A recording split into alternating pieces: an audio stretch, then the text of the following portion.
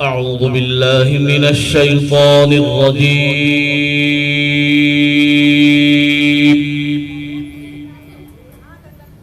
بسم الله الرحمن الرحيم.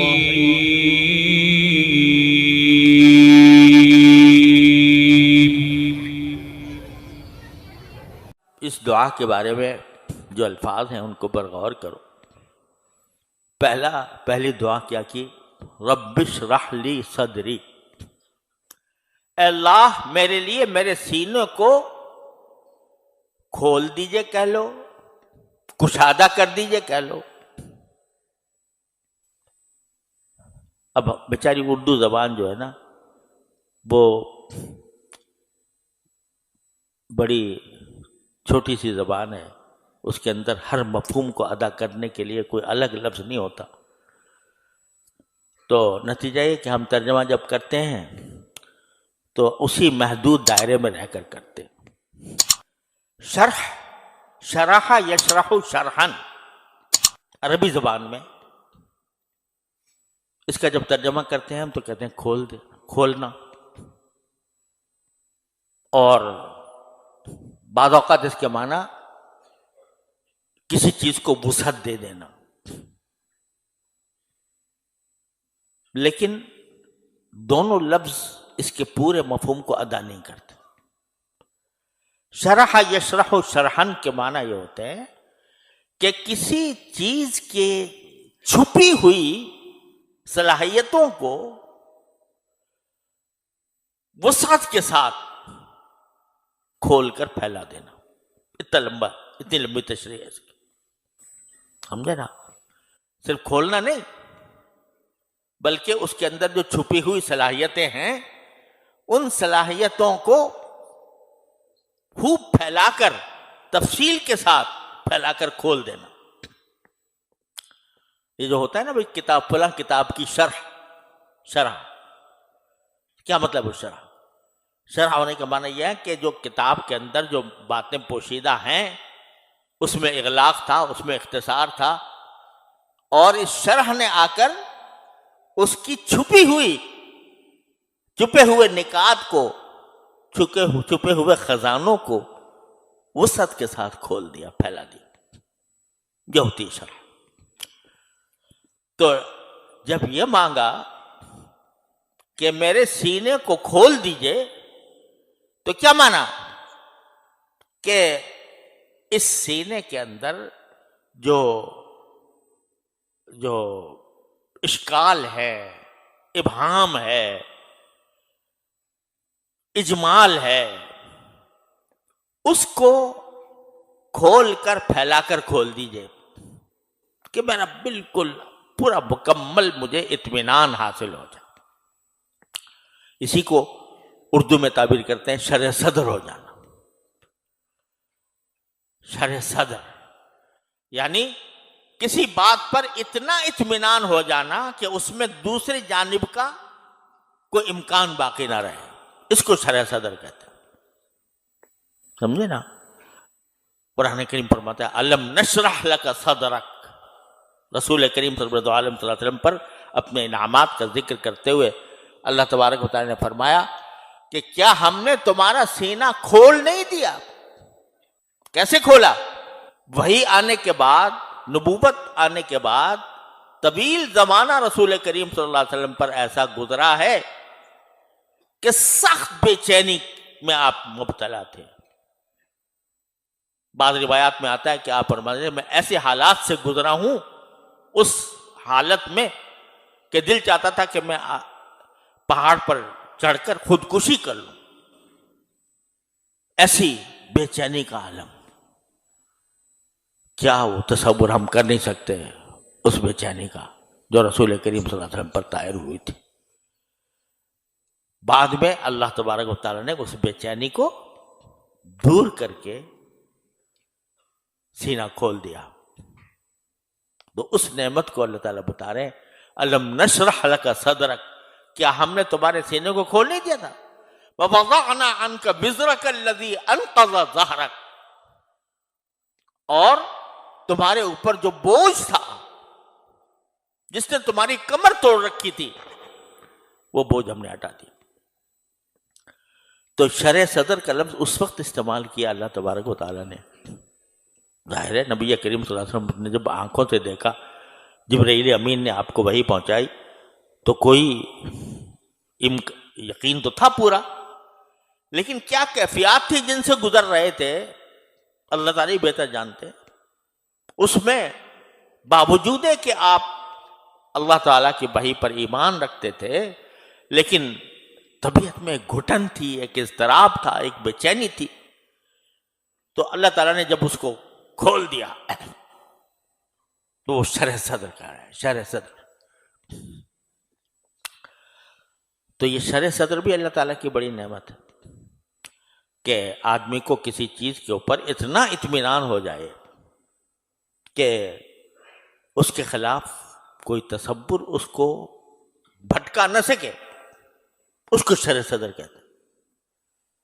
اور اس کی ہمیں ہر چیز میں ضرورت ہوتی۔ اگر فرض کرو ایک آدمی کو یہ خیال ہے کہ میں کون سی تجارت شروع کروں، کئی راستے اس کے سامنے ہیں، بے چینی میں مبتلا رہے گا، یہ کروں یا کروں، اس میں یہ شک ہو رہا ہے، اس میں یہ شک ہو رہا ہے۔ لیکن اس وقت اگر وہ اللہ تعالیٰ سے مانگے رب اشرح لی صدری، اللہ مجھے شرح صدر فرما دیجئے، میرا سینہ کھول دیجئے کہ میں کون سا راستہ اختیار کروں۔ اسی طرح کسی کو نکاح کرنا ہے اپنی اولاد کا، کئی راستے سامنے، کیا کروں، یہاں کروں وہاں کروں، تو اس وقت میں بے چین ہوتا ہے کہ نہیں ہوتا؟ تو مانگے اللہ تعالیٰ سے رب اشرح لی صدری، اے اللہ میرا سینہ کھول دیجئے۔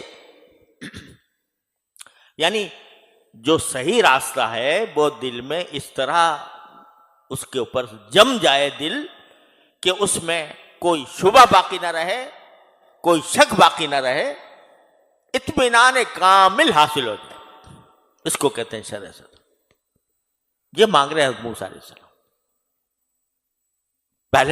پہلی چیز جس کی مجھے ضرورت ہے اس وقت وہ شرح صدر ہے، کیونکہ طرح طرح کے وساوس آ رہے ہیں، طرح طرح کے خدشات پیدا ہو رہے ہیں، مجھے مار دیں گے، مجھے قتل کر دیں گے، میری بات نہیں سنیں گے، مجھے دھتکار دیں گے، مجھے داخل نہیں ہونے دیں گے،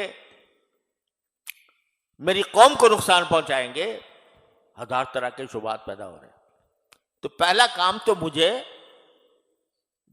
حاجت جو ہے پہلی وہ یہ ہے کہ میرا سینہ کھل جائے، کہ بس جو کام کرنے جا رہا ہوں بس وہی صحیح ہے، اطمینان کامل حاصل ہو جائے۔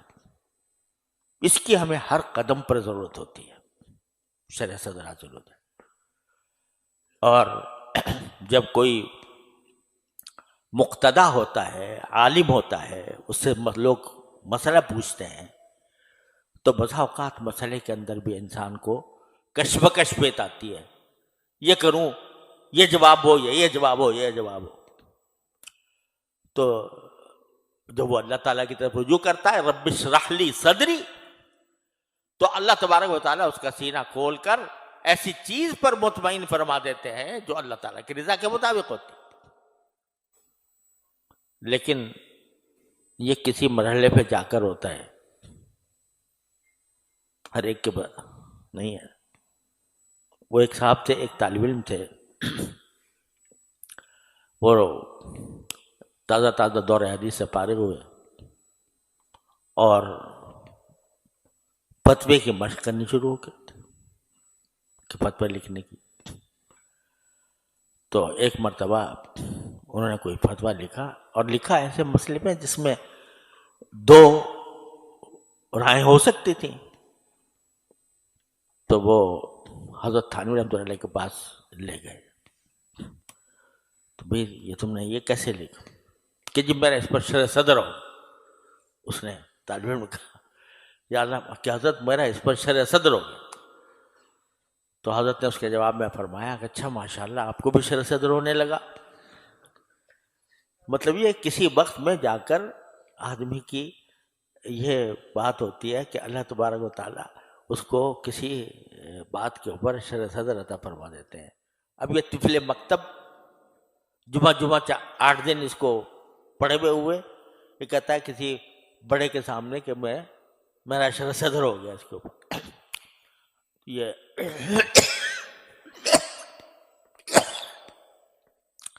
بعض اوقات جہل مرکب جو ہوتا ہے نا، جہل مرکب، تو اس میں بھی شرح صدر ہو جاتا ہے. اس کو پکا ہوتا ہے پتا کہ یہ میں جو سمجھ رہا ہوں بالکل صحیح ہے. تو عربی زبان میں ایک شعر ہے کہ ایک کوئی ایسے ہی چلتے پھرتے آدمی تھے، بظاہر مولوی ہو گئے تھے، تو ان سے کسی نے کوئی مسئلہ پوچھا. اس نے کہا جی میری نظر میں تو میری نزدیک تو یہ ناجائز ہے، میرے نزدیک. تو ایک بڑے عالم تھے، انہوں نے وہ شعر لکھا، کہا، شعر سے اس کا جواب دیا کہ یقولون ھذا عندنا غیر جائز، یقولون ھذا عندنا غیر جائز ومن انتم حتی یکون لکم عندو. ومن انتم، تم ہو کون؟ حتی یکون لکم عندو، کہ تمہیں اندی کہنے کا اختیار ہو. جس میں اند کہتے ہیں اندی، ھذا عندنا غیر جائز. تو یہ بعض اوقات جہل مرکب والے کو بھی شرح صدر ہو جاتا ہے، وہ شیطان کی طرف سے ہوتا ہے، سمجھے نا. لیکن یہاں کس سے مانگ رہے ہیں شرح صدر؟ پروردگار سے. رب اشرح لی صدری، اے میرے پروردگار میرا سینہ کھول دیجیے. اس کھلے ہوئے سینے کی ہمیں ہر جگہ ضرورت ہے، ہر قدم پر ضرورت ہے. جو کام ہم کر رہے ہیں اس پر دل مطمئن ہو کہ ہم صحیح کر رہے ہیں، الحمدللہ صحیح کر رہے ہیں. لہٰذا اللہ سے مانگنے کی بھی ہر وقت ضرورت ہے. یا اللہ میرا سینہ کھول دیجیے، یا اللہ میرا سینہ کھول دیجیے. یہ اتنی بڑی نعمت ہوتی ہے سینے کا کھل جانا، کہ کشمکش سے باز آ گیا انسان، کشمکش سے نکل گیا. جو صحیح راستہ ہے اس کو اختیار کر بھی لیا اور اس پہ مکمل اطمینان بھی حاصل ہو گیا. تو یہ چیز انسان کے اختیار میں نہیں ہوتی، یہ اللہ تبارک و تعالیٰ کی عطا ہوتی. تو پہلی چیز جو مانگی حضرت موسیٰ علیہ السلام نے، وہ شرح صدر مانگا. رب اشرح لی صدری ویسر لی امری، اور میرے سارے کاموں کو آسان کر دیجیے. کتنا بڑا کام ہے مصر جانا، جہاں وارنٹ نکلے ہوئے ہیں گرفتاری کے، جہاں قتل امن کا مقدمہ چل رہا ہے، جہاں لوگ پکڑنے والے موجود ہیں، وہاں جانا، وہاں سے فرعون کے دربار تک پہنچنا، اور دربار تک پہنچ کر اس سے اس کی مرضی کے بالکل خلاف بات کرنا. کتنے ہر ایک کام ایک پہاڑ، لیکن کتنا بھی بڑا پہاڑ ہو، اللہ سے مانگنا یہی ہے کہ اللہ اس کو میرے لیے آسان کر دیجیے. رب ویسر لی امری. جب بھی کسی انسان کو کوئی مشکل پیش آئے، بڑا مسئلہ درپیش ہو کہ بھئی بہت مشکل نظر آ رہا ہے، تو کیوں خامخواہ پریشان ہوتے ہو؟ جس کا اللہ ہو اسے پریشانی کیوں ہو؟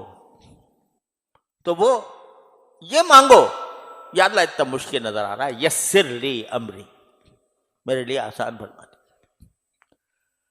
یہ عبدیت کا تقاضا ہے، بندگی کا تقاضا ہے، کہ بندہ اپنے آپ کو محتاج کر کے اللہ تعالیٰ سے کہے کہ اللہ مجھے آسان چاہیے. حضور اقدس سرور عالم صلی اللہ علیہ وسلم کا معمول یہ تھا کہ ما خیر بین امرین الا اختار ایسرہما، جب دو چیزوں میں آپ کو اختیار دیا جاتا کہ یہ چاہو یہ کر لو، یہ چاہو تو یہ کر لو، تو ان میں سے جو آسان چیز تھی وہ آپ اختیار فرماتے تھے۔ اب اگر دیکھو کوئی ایسے ہی جعلی پیر ہو، جعلی، تو وہ کیا کرے گا کہ ایسا مشکل راستہ اختیار کرے گا مرید، تاکہ یہ دیکھیں کہ دیکھو یہ اتنا بڑا مجاہد ہے اور اتنا بڑا، یہ اتنے بڑے مشکل فیصلے اس نے کیے اور مشکل کام کر رہا ہے۔ لیکن سرکار دو عالم صلی اللہ علیہ وسلم کیا فرماتے ہیں کہ نہیں، میں تو آسانی کا اختیار کرتا ہوں، یہ بندگی کا تقاضا ہے۔ اللہ میاں کے سامنے طاقت نہیں جتانی، اللہ میاں کے سامنے اپنے آپ کو طاقتور ظاہر نہیں کرنا، اللہ تعالیٰ کے سامنے تو بندگی ہے، عاجزی ہے، عجز و نیاز ہے، سر جھکانا ہے، یا اللہ میرے بس کا نہیں ہے، آپ آسان کریں گے تو ہو جائے گا، آپ کی آسان کے بغیر کوئی کام نہیں ہو سکتا۔ یسر لی امری، اللہ تعالیٰ سے ہمیشہ آسانی مانگو۔ اللہم الطف بی فی تیسیر کل عسیر فإن تیسیر کل عسیر علیک یسیر، یہ دعا سے کہے رسول کریم کہ اے اللہ میرے ساتھ مہربانی فرمائیے، ہر مشکل کام کو آسان بنا دیجیے۔ تو بندگی کا تقاضا یہی ہے کہ وہ آسان راستے کو اختیار کرے۔ مسجد جانا ہے، اب ایک راستہ یہ ہے کہ لمبا چل کے جائے، اور ایک راستہ یہ ہے کہ گاڑی میں بیٹھ کے آ جائے، سمجھے؟ اگر واک کرنی ہے تو خیر ورزش کرنی ہے، یا یہ کہ یہ خیال ہے کہ بھئی میرے نشانے قدم گنے جائیں گے اللہ تعالیٰ کے ہاں، لیکن اپنے آپ پر زبردستی کر کے نہ دنیا کا فائدہ مقصود ہے، نہ قدم گنے جانے کا فائدہ مقصود ہے، یہ دکھانا مقصود ہے کہ بھئی میں تو اتنا مشکل کام، جب دو راستے ہیں تو میں مشکل کام اختیار کروں۔ یہ سنت کے خلاف۔ سنت یہی ہے کہ آدمی اپنے لیے آسانی کا راستہ تلاش کرے۔ تو وَيَسِّرْ لِي أَمْرِي، ہر بات میں بندے کو چاہیے کہ اللہ تعالیٰ سے آسانی مانگے، اور وَاحْلُلْ عُقْدَةً مِّن لِّسَانِي، اے اللہ میری زبان سے گرہ کھول دیجیے۔ وہاں تو حقیقی گرہ تھی، لکنت تھی، حضرت موسیٰ علیہ السلام کی زبان مبارک میں تھوڑی سی رکاوٹ تھی، لیکن ایک رکاوٹ ظاہری ہوتی ہے اور ایک معنوی ہوتی ہے، یعنی بظاہر زبان کے اندر کوئی رکاوٹ نہیں ہے، لیکن بولا نہیں جا رہا تو رکاوٹ معنوی کھڑی ہو گئی۔ ہم جتنے یہ جب بعض تقریر کرنے والے ہیں نا، یہ بعض اوقات اس گھمنڈ میں آ جاتے ہیں کہ ہم نے بڑی اچھی تقریر کی، ہم نے بڑا اچھا بیان کیا، ہم نے لوگوں کو مسحور کر دیا، ارے بھائی ہمارے بیان میں تو لوگ رو رہے تھے، گریہ تاری تھا، وغیرہ وغیرہ۔ لیکن یہ سب اللہ جل جلالہ کی عطا ہوتی ہے۔ اگر کسی وقت وہ عطا واپس لے لے، مجال ہے کہ کچھ بول سکو، مجال ہے کہ کچھ کہہ سکو، یہ جو زبان ربا ہو جاتی ہے، یہ اللہ تعالیٰ زبان کی گرہ کو کھول دیتے ہیں۔ اگر ان کی طرف سے گرہ ڈال دی جائے تو ہزار مضمون بھی تمہارا آ رہا ہو، کوئی لفظ چلے گا نہیں۔ وَاحْلُلْ عُقْدَةً مِّن لِّسَانِي، پھر آخر میں یفقہوا قولی، کہ میری زبان کھل بھی گئی اور میں نے خوب اچھی طرح دعوت بھی دے دی، لیکن ان کے دل میں نہ اتری، تو اللہ ان کے ایسا بنا دیجئے کہ وہ میری بات کو سمجھ بھی لیں، ان کے دل میں بھی اتر جائے۔ یہ ہے دعا حضرت موسیٰ علیہ السلام کی. اور جیسے میں نے عرض کیا کہ بزرگ بتاتے ہیں کہ بھئی جب کسی کو بیان کرنا ہو، کسی کو کوئی درس دینا ہو تو اس سے پہلے یہ پڑھنا چاہیے. لیکن صرف اسی کے ساتھ مخصوص نہیں ہے. جہاں بھی کوئی آدمی کسی کشمکش کا شکار ہو، یہ کام کروں کہ نہ کروں، تو اللہ تعالیٰ سے شرح صدر مانگے، رب اشرح لی صدری ویسر لی امری. خلاصہ یہ کہ جو حاجت ہو، جو مسئلہ درپیش ہو، جو مشکل درپیش ہو، تو ایک مومن کا راستہ یہ ہے کہ وہ رجوع اللہ، اللہ تعالیٰ کے رجوع کرے. اسی کو انابت کہتے ہیں، اسی کو اخبات کہتے ہیں. منیبین الیہ، اللہ یجتبی الیہ من یشاء ویہدی الیہ من ینیب. اسی کو مخبت کہا جاتا ہے، مخبتین، جو کثرت سے اللہ تبارک و تعالیٰ کی طرف رجوع کرنے والا ہو، اللہ تعالیٰ کے ساتھ تعلق رکھنے والا ہو، ہر چیز اللہ تعالیٰ سے مانگتا ہو، وہ ہے منیب.